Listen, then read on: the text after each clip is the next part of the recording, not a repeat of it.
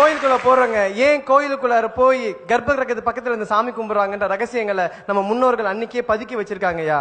கோயிலுக்கு பக்கத்துல போய் நின்னோடனே நம்ம தாயின் கருவறையும் இருட்டு, கர்ப்ப கிரகமும் இருட்டுன்றது அன்னைக்கே முன்னோர்கள் அறிவிச்சாயா. நல்லா தெரிஞ்சுக்கோங்க. கோயிலுக்குள்ள போய் சாமி கும்பிட்டுட்டு வெளியே வந்தா நமக்கு மனசு நிம்மதியா இருக்குன்னு சொல்றோமே, அதுக்கு பின்னாடி அறிவியல் ஒளிஞ்சிருக்குன்றது எத்தனை பேருக்கா தெரியும்? கோயிலுக்குள்ள போறோம், கர்ப்ப கிரகத்தில் பக்கத்துல நின்று சாமி கும்பிடுறோம்யா. கோயில் சாமிக்கு கீழே என்ன இருக்குன்றது நிறைய பேருக்கு தெரியாது. நான் சொல்றேன் கேட்டுக்குங்க. சாமியை வைக்கிறதுக்கு முன்னாடி நிறைய மந்திரங்களை சொல்லி எந்திரத்தை ஒன்ன வேண்டி அதை அடியில வைப்பாங்கயா. அதுக்கு மேலதான் சாமியவே மேல வைப்பாங்கயா. அந்த கீழே வச்சிருக்காங்களே எந்திரம், அதுல ஒரு சக்தி இருக்கியா. அதுக்கு பேர் சயின்ஸ்ல புரோட்டான் அப்படின்னு சொல்லுவான். அதுக்கு பேர் பாசிட்டிவ் அயான் அப்படின்னு விஷயம் சொல்லுவாயா. அந்த புரோட்டான் எல்லாமே சேர்ந்து அந்த சாமி வந்து ஒரு கண்டக்டரா இருக்கும். அந்த சாமி கிட்ட போய் சேருங்கய்யா. அந்த சாமி வந்து ஒரு சார்ஜ் பேட்டரி மாதிரி. அந்த சாமி ஃபுல் அண்ட் ஃபுல் பவரை வாங்கிட்டு வெளியே விட தெரியாம தடுமாறியா. நம்ம பக்கத்துல போய் நின்று சாமியை கும்பிடும் போது ஆட்டோமேட்டிக்கா அந்த பவர் ஃபுல்லாவுமே நம்ம கிட்ட வந்து சேரியா.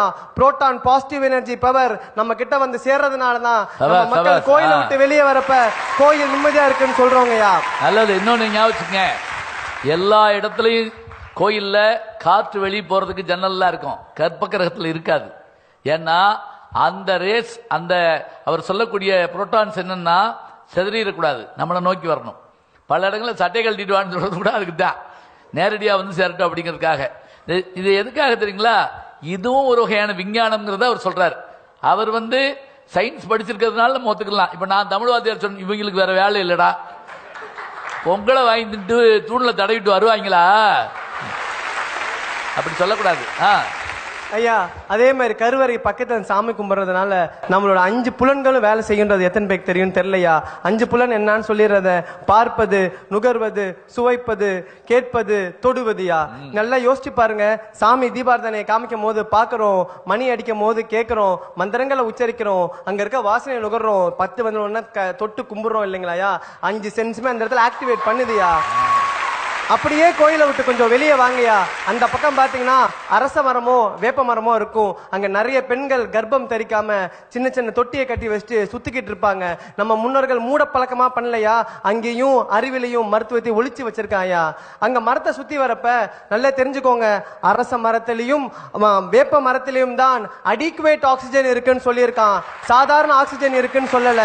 வேப்ப மரத்தாலையும் அரச மரத்தாலையும் மட்டும்தான் ஆக்சிஜன் காலையிலையும் கொடுக்க முடியும், நைட்டும் கொடுக்க முடியும். அங்க கர்ப்ப பெண்கள் அந்த மரத்தை சுத்தி வரப்ப ஆக்சிஜன் உள்ள இன்ஹேல் பண்ணாங்கன்னா செல்கள் உயிர்ப்பிக்கும், நோய்கள் விலகும், கர்ப்பம் தரிக்கும் சொன்னதுனாலதான் மரத்தை சுத்தி வர சொல்றாங்கய்யா.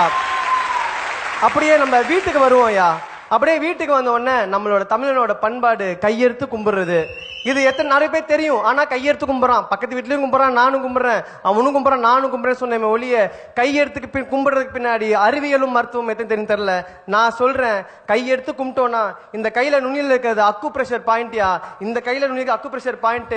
இந்த 10 விரலையும் ஒன்னு சேர்க்கும் போது காது, கண்ணு, மூளை ஒரே நேரத்தில் ரத்தம் அதிகமா பாயும். அதனாலதான் நம்ம ஆட்கள் அன்னைக்கே கண்டுபிடிச்சான் கையெடுத்து கும்பிடணும்னு சொல்லிட்டியா. அப்படியே அழகா வீட்டுக்குள்ள வராங்க. வீட்டுக்குள்ள வந்த உடனே நம்ம ஆட்கள் நிறைய சொம்பு தண்ணி கொடுத்து சாப்பாடு வைப்பாங்க, விருந்தோம்பல்னு சொல்லுவோம். நல்லா யோசிச்சு பாருங்க.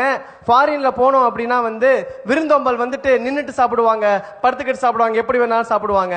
ஆனா நம்ம மக்கள் மட்டும்தான் தரையில் உட்கார்ந்து சம்மணங்கால் போட்டுட்டு சாப்பிடுவாங்க. அதுக்கு பின்னாடி ஒரு மருத்துவ குணம் இருக்குன்னு எத்தனை பேருக்கு தெரியும்? ஒன்னே ஒண்ணு தெரிஞ்சுக்கோங்க, அந்த மருத்துவ ஹிரண்யா அப்படின்ற ஒரு நோய் எத்தனை பேர் கேள்விப்பட்டீங்கன்னு தெரியல.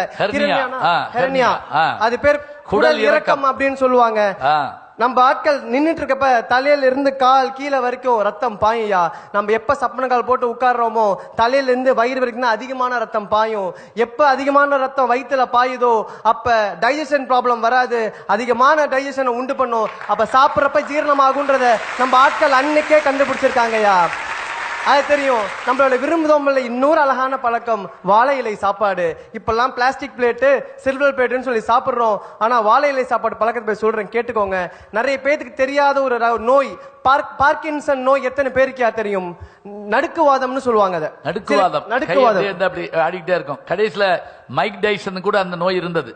அந்த உலக புகழ்பெற்ற குத்துவிட்டு சண்டை வீரர் இருக்குல்ல, அவருக்கு பார்க்கின்சன் நோய் இருந்தது. அந்த பார்க்கின்சன் நோய் தீர்க்கக்கூடிய சக்தி வாழை இலைக்கு உண்டு. கேன்சரை எதிர்த்து போராடக்கூடிய சக்தி வாழை இலைக்கு உண்டுன்னு கண்டுபிடிச்சதுனாலதான் வாழை இலையில சாப்பிடணும்னு சொல்றான். அதே மாதிரி ஒரு தட்டை கழுவணும்னா, பிளாஸ்டிக் பிளேட்டை கழுவணும்னா நமக்கு கெமிக்கல் தேவை.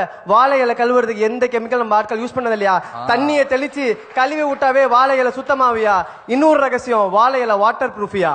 அழகா இது ஒரு ரகசியத்தை வச்சிருக்கா. அடுத்தது சாப்பாட்டுக்கு வரையா.